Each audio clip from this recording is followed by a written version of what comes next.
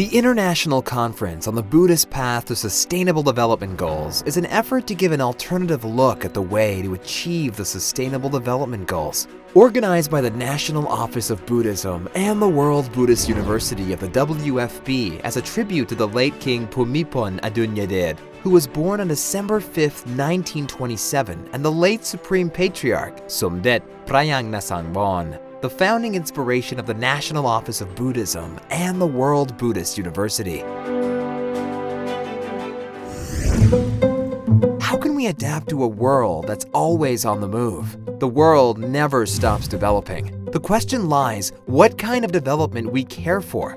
Is development really a development? There are growing fears that current levels of economic development are not sustainable. As the composition of the world population changes, policymakers have turned their attention away from economic development to sustainable economic development. These days, our development is geared by the GDP. On a sad note, with GDP development also brings in decadence. We see many who are economically sound are not always happy. Economic development does not guarantee happiness. Therefore, we have been searching for a perfect developing model which keeps a holistic vision of human development, a balance between material and mental development. The development which guarantees GDP as well as G&H, which seems as an impossible mission. In September 2015, the United Nations achieved international agreement for its 2030 Agenda on Sustainable Development. The agenda identifies 17 goals and 169 targets to address a number of economic, environmental, and social concerns facing the world today.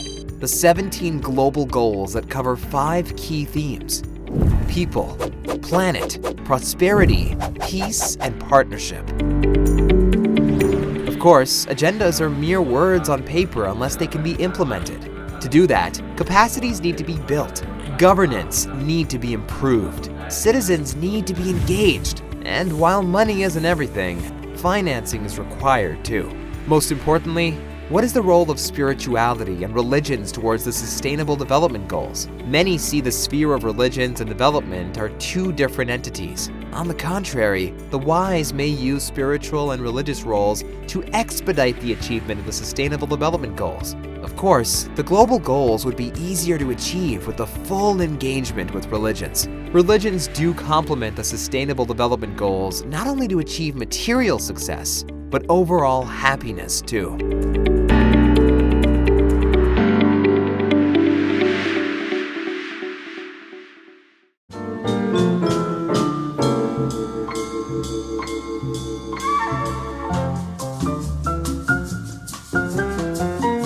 While the world is in the spree of the SDGs, the late King Bhumibol Adulyadej, owner of the United Nations First Human Development Lifetime Achievement Award as the world's development king, presented his own blueprint of the Sustainable Development Goals with his innovation principle of the Sufficiency Economy Philosophy, or SEP.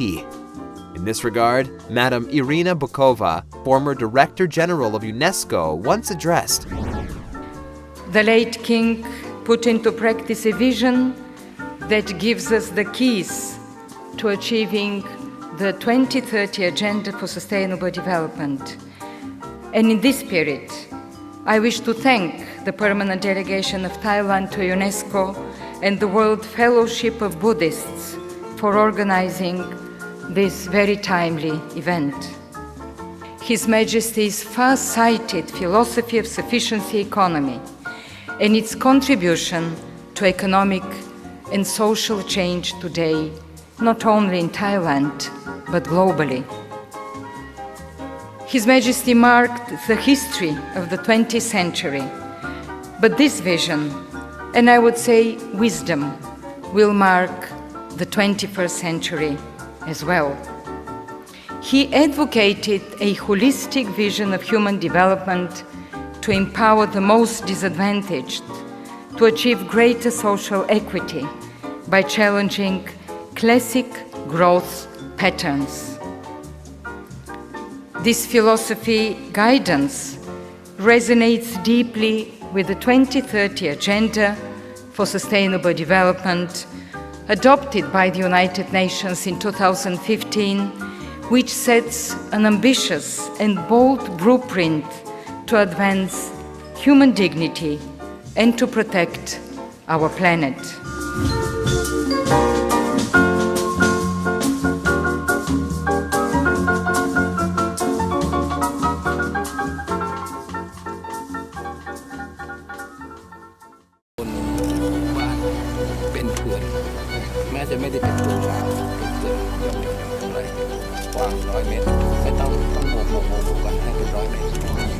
The late King's SCP is no other than the secularized version of the Buddhist threefold training. Sufficiency is a secular form of ethical discipline, the ability to refrain from destructive behavior. The way for us to develop this is to engage in constructive behavior. Economy, from an etymological perspective, means management of household life. The late King's economy in Thai resembles English etymology, that is, excellent management or setakit. Buddhism points at mind management as an excellent management. Philosophy, again, is a layman term for wisdom or discriminating awareness. The ability to discriminate or differentiate between what's to be adopted and what's to be discarded. The sense of full of rationality. Accordingly, sufficiency stands for life of moderation, not too much and not too little, the sila. Economy stands for excellence action, that is, mindfulness practice in every field of our life, samadhi. Philosophy stands for penetration or mental acuteness to our mindset of the world, panya. The secular SCP, or the Buddhist threefold training, leads to the noble eightfold path in action. Through SCP, it triggers 8 directions of holistic human development: speech, strategy, sustenance, effort, exactness, engrossment, penetration, and perception. Generally speaking, sustainable development easily can understand as an oxymoron. It is a contradiction in terms. Therefore, the modern mantra of sustainable development needs a deeper scrutiny.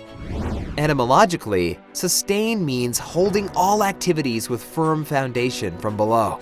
Fundamentally, sustainable development is any development which has a balance as its foundation and has no negative byproduct on society, economy, and environments, as we have been facing with most developments. In this regard, Buddhism can be seen as the path to achieve the very sustainable development as its ultimate goal.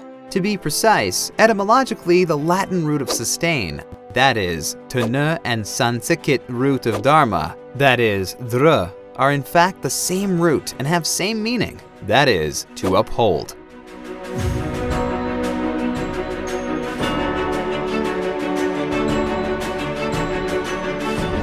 When Dharma means sustaining, then we can say that the Buddha's Dharma means the Buddha's teaching on sustainability.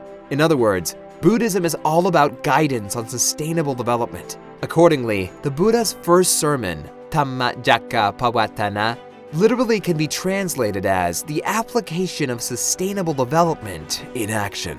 This directly indicates that Buddhist principles are a direct guideline to achieve sustainable development in action.